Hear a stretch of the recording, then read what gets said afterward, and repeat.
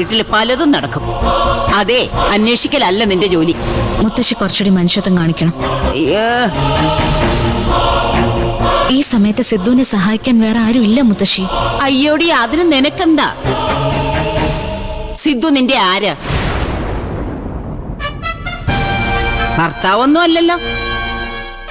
ദേ, ഒരു കാര്യം ഞാൻ പറഞ്ഞേക്കാം, വെറുതെ അവരുടെ ജീവിതത്തിൽ കയറി പ്രശ്നങ്ങൾ ഉണ്ടാക്കരുത്. ഉണ്ടാക്കിയ അതിനിവിടെ ഒന്നും നടന്നില്ലല്ലോ മുത്തശ്ശി. നീ മിണ്ടരുത്.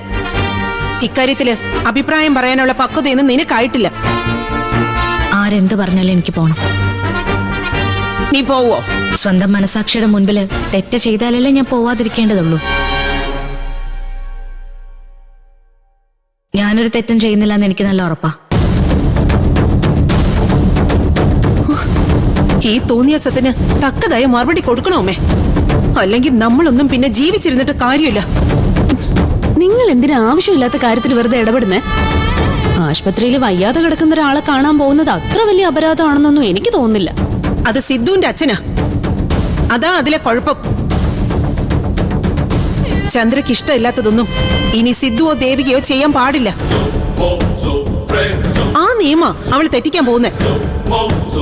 ഇതിവിടം കൊണ്ടൊന്നും തീരില്ല. ഇത് വലിയ പ്രശ്നമായ നഷ്ടം ദേവികയ്ക്ക് മാത്രമായിരിക്കും. നീ കണ്ടോ?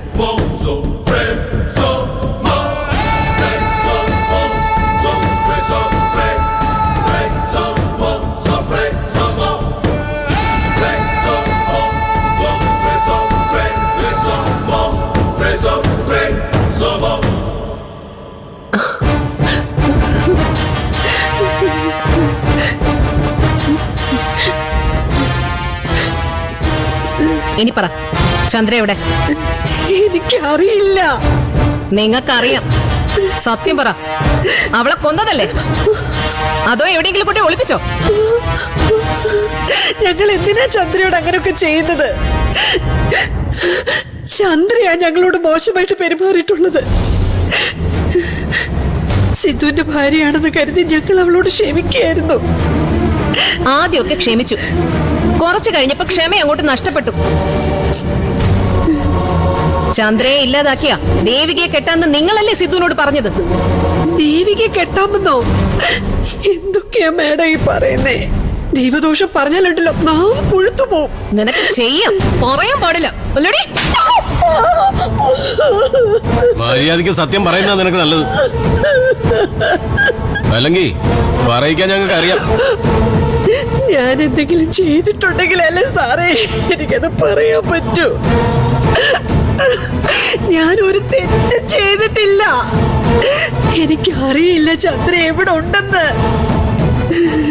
നിന്നെ കൊണ്ട് പറയിപ്പിക്കാൻ പറ്റുമെന്ന് ഞാനൊന്നും നോക്കട്ടെ. സത്യമാ മാഡം പറയുന്നത്. നിനക്കൊരവസരം കൂടി തരാം.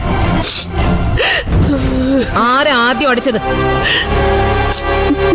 നീയാണോ അതോ സിദ്ധാർത്ഥനോ? ഞാനല്ല. അപ്പൊ വക്കീലാണല്ലേ? അയ്യോ, സിദ്ധു അല്ല. പിന്നെ ആരാടി? കാണാതായിരിക്കുന്നത് മുൻ ഡിവൈഎസ്പിയുടെ മോളാ. ഞങ്ങളുടെ ഡിപ്പാർട്ട്മെന്റ് മുഴുവൻ അവളെ കണ്ടുപിടിക്കാൻ ശ്രമിക്കും. നോണ പറഞ്ഞ് രക്ഷപ്പെടാന്ന് ഒരുത്തിയും വിചാരിക്കണ്ട. മുൻവിധിയോട് കൂടിയാ മാഡം പെരുമാറുന്നത്. എനിക്ക് സംശയം മാഡത്തെയാ. എന്റെയോ? ആ, അതെ. മാഡത്തിന് അറിയാം സാറേ ചന്ദ്ര എവിടെ ഉണ്ടെന്ന്. ഈ കാണിച്ചു കൂട്ടുന്നതെല്ലാം നാടകമാ. നീ എന്നെ പ്രതിയാക്കാൻ നോക്കുന്നു. നിനക്ക് ഞാൻ കാണിച്ചു തരാം. ഓടിയോട് സാറേ.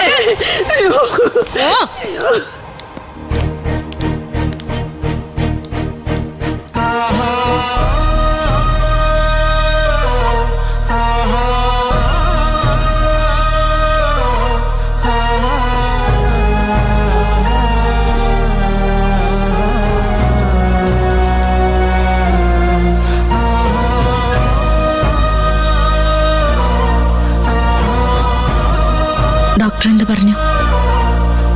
ഒബ്സർവേഷനില്ല. ചന്ദ്രയ്ക്ക് എന്ത് പറ്റിയെന്ന് ഞാൻ ചോദിക്കുന്നില്ല. അതിനുത്തരം എനിക്കും അറിയാം, സിദ്ധുവിനും അറിയാം. പക്ഷേ പ്രേമിച്ചെ കൊണ്ടുപോകാൻ പോലീസുകാരെ ഒരിക്കലും അനുവദിക്കരുതായിരുന്നു. അതൊരു പാളിച്ചയായിപ്പോയി. അവരെല്ലാവരും കരുതിക്കുട്ടി തന്നെയാ വന്നത്.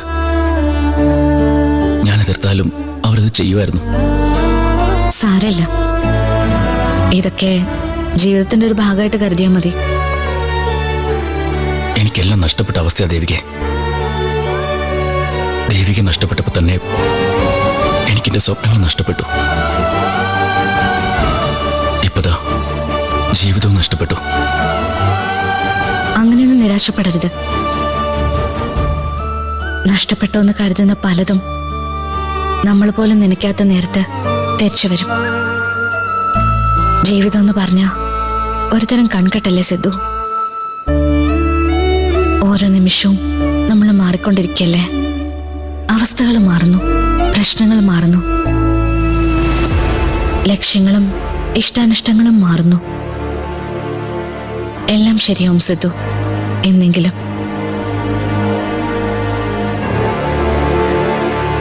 ദേവിക ഇങ്ങനെ പറയുമ്പോൾ നല്ല ആശ്വാസം തോന്നുന്നുണ്ട്. പിന്നെ ഈ ഒരു അവസരത്തിൽ ഇതുപോലൊരു സ്ഥലത്ത് വെച്ച് പറയാമോ എന്ന് എനിക്കറിയില്ല. ചന്ദ്ര ഒരിക്കലും എനിക്കൊരു കൂട്ടാവത്തില്ല. അത് ഞാൻ പ്രതീക്ഷിക്കുന്നുമില്ല. ചന്ദ്ര സിദ്ധുവിന്റെ ഭാര്യയാണ്. താലി കെട്ടി രജിസ്റ്ററിൽ ഒപ്പിട്ടു. ആ നിലയ്ക്ക് നോക്കിയ ഭാര്യയാ. പക്ഷെ അതുമാത്രം പോരല്ലോ ശരിക്കുള്ള ഭാര്യയാവാൻ. അതിന് വേറെ ചില യോഗ്യതകൾ കൂടി വേണ്ടേ? അതൊരിക്കലും അവളിൽ നിന്നുണ്ടാവില്ല. ഉണ്ടായ തന്നെ ഞാനത് അംഗീകരിക്കുകയില്ല. സാരമില്ല, കാത്തിരിക്കാം. എന്നെങ്കിലും എല്ലാം ശരിയാവുന്നതാണല്ലോ ദേവിക പറഞ്ഞത്. ആ ദിവസം വരാൻ ഞാൻ കാത്തിരുന്നോളാം. ഇപ്പോ ഭാവിയെക്കുറിച്ചൊന്നും അല്ല സിദ്ധു ആലോചിക്കേണ്ടത്. പ്രേമിച്ച് എങ്ങനെ ഇറക്കാമെന്ന. ഇവിടെ ആരുമില്ലെന്നുള്ള വിഷമമൊന്നും വേണ്ട. ഇവിടെ ഞാൻ നിന്നോളാം. സിദ്ധു സ്റ്റേഷനിലേക്ക് ചെല്ല്. എന്ത് വില കൊടുത്തും പ്രേമിച്ച് ഇറക്കണം. ദേവികയെ ഏറ്റവും കൂടുതൽ എതിർത്തിരുന്നയാളാ എന്റെ ചേച്ചി.